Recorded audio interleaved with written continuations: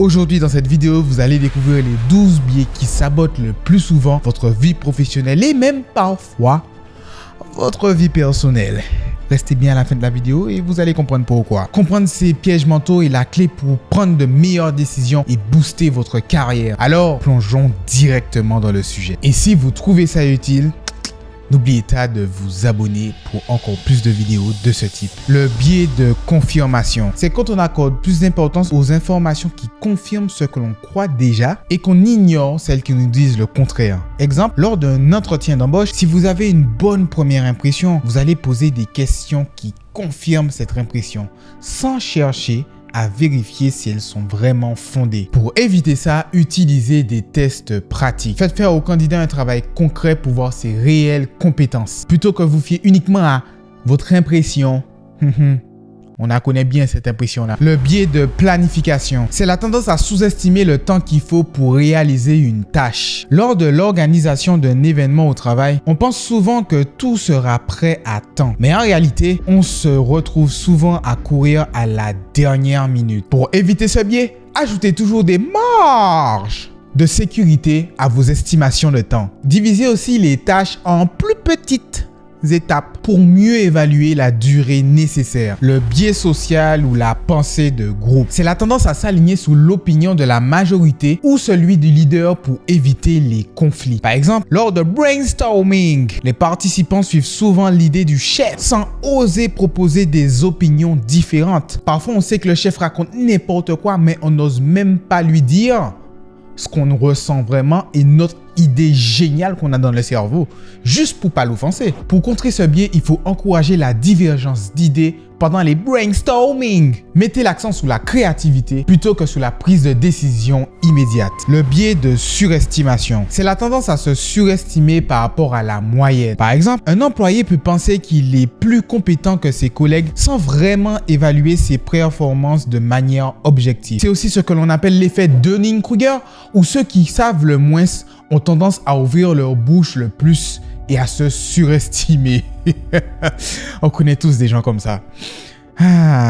Pour éviter ce biais, il serait bon d'encourager des évaluations objectives et des feedbacks réguliers. Cela aide à mieux calibrer la perception de ses compétences. Voyons maintenant le biais du survivant. C'est la tendance à se concentrer sur les succès visibles et à complètement ignorer les échecs qui ne sont simplement pas rapportés. On entend souvent parler des entrepreneurs qui ont réussi en créant leur propre entreprise. Cela peut nous faire croire que le succès est garanti si on suit leur exemple. Mais on ne pense pas aux milliers d'autres qui ont essayé et échoué, car leurs histoires sont moins souvent racontées, voire jamais racontées. Comme disait Booba, les vainqueurs l'écrivent et les vaincus racontent l'histoire. Pour éviter ce biais, il serait bien de prendre en compte aussi bien les réussites que les échecs. Cela permet d'avoir une vision holistique des choses plus réalistes et d'éviter les conclusions biaisées. Le biais rétrospectif, c'est la tendance à croire que les événements passés étaient plus prévisibles qu'ils ne l'étaient réellement. Par exemple, après avoir pris une décision, on peut penser que c'était évidemment la meilleure ou la pire option. Pourtant, au moment de la décision, les choses n'étaient pas aussi claires. Vous savez, c'est quand on dit la fameuse phrase ben c'est évident, mais je le savais. C'était sûr. C'était sûr qu'on allait gagner. C'était sûr que ça allait se passer comme ça. Et ouais, je le savais. Mon œil, ouais. Pour éviter ce biais, il est important d'analyser la décision en fonction des informations disponibles au moment où elles ont été prises, sans se laisser influencer par les résultats qui sont venus après. Biais de l'intuition non justifiée. Une intuition doit être fondée sur l'expérience et validée par des retours réguliers et pertinents. Par exemple, un manager peut se fier à son intuition pour prendre une décision importante. Mais cette intuition est crédible parce qu'elle repose sur des années d'expérience et des retours d'informations constants. Pour que l'intuition soit fiable, ce qu'on appelle l'intuition, il est essentiel qu'il soit validé par une expérience passée et de s'assurer que l'environnement dans lequel elle est appliquée est stable, où les mêmes causes produisent les mêmes effets. Désolé chers jeunes, mais ce que vous appelez l'intuition pour certains sujets n'est peut-être qu'une invention de notre petit cerveau. Le biais de disponibilité, c'est la tendance à juger la probabilité d'un événement en fonction de la facilité avec laquelle des exemples viennent dans notre esprit. Par exemple, un employé pourrait croire que les licenciements sont fréquents dans son entreprise, simplement parce qu'il a entendu parler de quelques cas récents, même si les statistiques montrent que c'est rare. Il est important de vérifier les faits et les données réelles avant de tirer une conclusion sur des impressions ou des exemples. Les chiffres ne mentent jamais.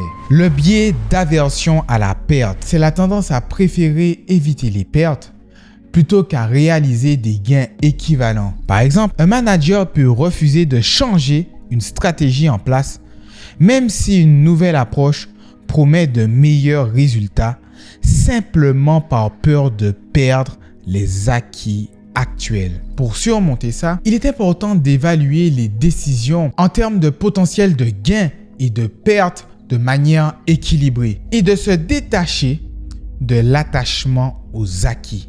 Rien n'est acquis. Prendre les choses pour acquis est un piège. Le biais d'attribution. C'est pas moi. C'est la tendance à attribuer les succès à des facteurs personnels, par exemple comme ses compétences, et les échecs à des facteurs externes. C'est pas moi. C'est d'autres. Par exemple, un employé pourrait attribuer ses réussites à ses compétences, mais blâmer les circonstances pour ses échecs. C'est typiquement le mec, tout va bien, tout réussit. Il dit « Yes! C'est grâce à moi. » Mais quand tout va mal, t'as pas vu Robert, pourquoi il a fait ça? C'est de sa faute, hein. Ah, c'est de la faute du système, c'est la faute à Macron, c'est de la faute des Chinois, c'est de la faute de tout le monde sauf lui. Pour éviter ce biais, il est essentiel d'encourager une réflexion honnête basée sur les succès et les échecs afin de mieux comprendre les véritables causes derrière chaque situation. Le biais de négativité, c'est la tendance à accorder plus de poids aux expériences négatives qu'aux expériences positives. Un employé peut recevoir principalement des commentaires positifs sur son travail, mais se concentrer uniquement sur une critique négative, ce qui affecte sa perception globale de sa performance. Pour surmonter ce biais, il est important de reconnaître consciemment les aspects positifs et de mettre les critiques en perspective en les utilisant comme une opportunité d'apprentissage plutôt que comme des jugements définitifs. Et oui, on apprend toujours de ses échecs. Le biais d'effet de halo, c'est la tendance à généraliser une impression positive ou négative d'une personne à l'ensemble de ses caractéristiques. Par exemple, si un employé est particulièrement bon dans un domaine, comme la communication, on pourrait inconsciemment supposer qu'il est également compétent dans d'autres domaines comme la gestion de projet, sans vérifier ses compétences spécifiques dans ces autres domaines. Pour éviter ça, il est important d'évaluer chaque compétence de manière indépendante et de ne pas laisser une qualité particulière influencer le jugement global de la personne. Ça éviterait la fameuse phrase « Je pensais pas que tu étais comme ça en fait. Je n'aurais jamais imaginé que tu m'aurais fait ça en fait. Mais en fait, tu es toxique, je savais pas. »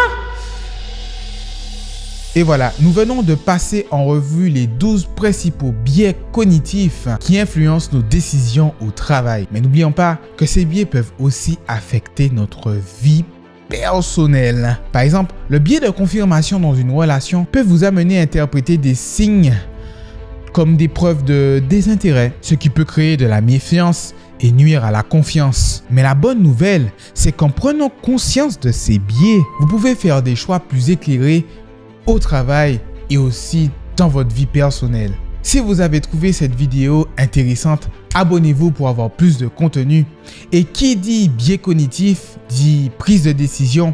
Et pour toute prise de décision, il faut prioriser. Et ça tombe bien car j'ai fait une vidéo où je parlais de priorisation qui va s'afficher juste ici. Donc, on se retrouve tout de suite car ici, il y a toujours plus pour évoluer, grandir, avoir plus de compétences. Bref, c'est l'heure de briller.